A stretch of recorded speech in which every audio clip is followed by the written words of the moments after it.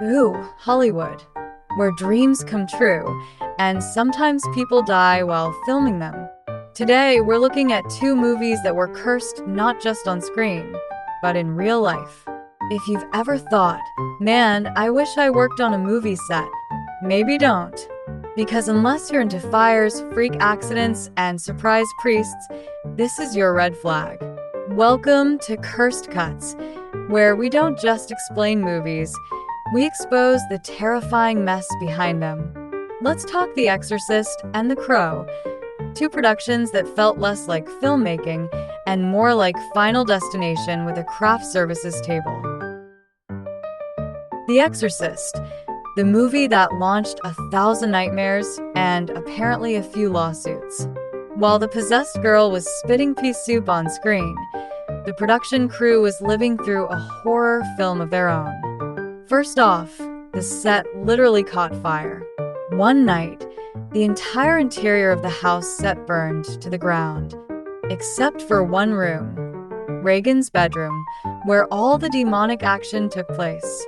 You know things are messed up when the only room that survives is the one filled with Satan. Real-life reaction? If your workplace burns down but the haunted part stays untouched, that's not a sign. That's your 2-week notice. Next up, the death toll. No fewer than 9 people connected to the film died during or shortly after production.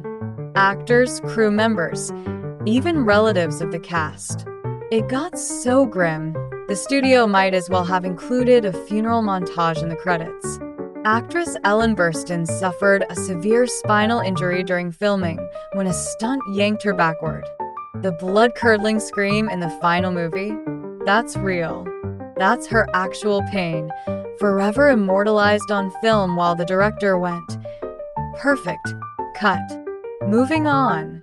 If this happened in a normal job? HR meeting. Mandatory leave. Maybe a lawsuit. In Hollywood? Just another Wednesday. It got so bad, they brought in a real Catholic priest to bless the set. Not once, twice.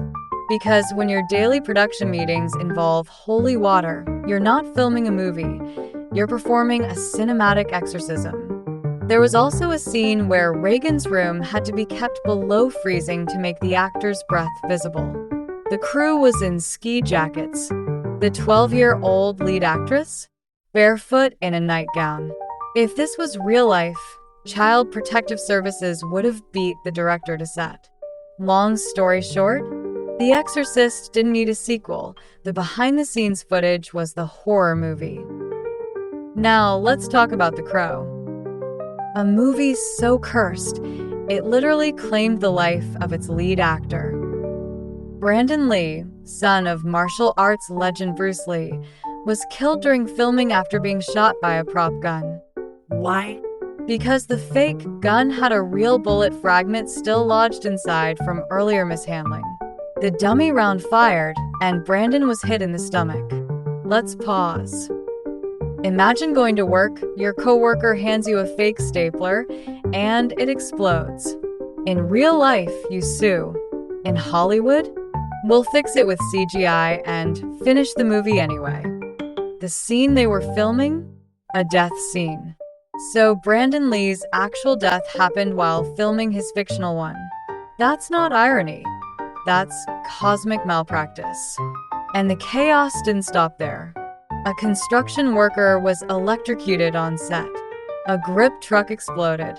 A stuntman fell through the roof. A crew member drove through the set by accident.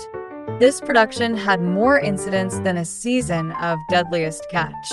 After Lee's death, producers made the very Hollywood decision to finish the film anyway, using a mix of body doubles, early CGI, and editing trickery. Because when in doubt, throw money at the ghost and hope for the best. To their credit, the final movie is visually stunning. But it's impossible to watch without knowing that the lead actor is dead in most of the scenes. If this were a real-life job, the project would have been shut down, the office turned into a memorial, and the company sued into oblivion. In Hollywood, That's showbiz, baby. So there you go. Two cursed movie sets that remind us filmmaking isn't always fun. Sometimes it's tragic, chaotic, and wildly unsafe. But hey, at least the behind-the-scenes featurette slaps.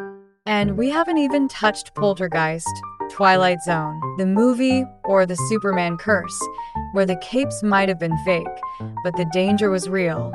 Subscribe for part 2, because Hollywood might run on money and fame, but Cursed Cuts runs on ghosts, lawsuits, and questionable safety protocols. This has been Cursed Cuts, where we explain what happens when your favorite movies go straight to hell.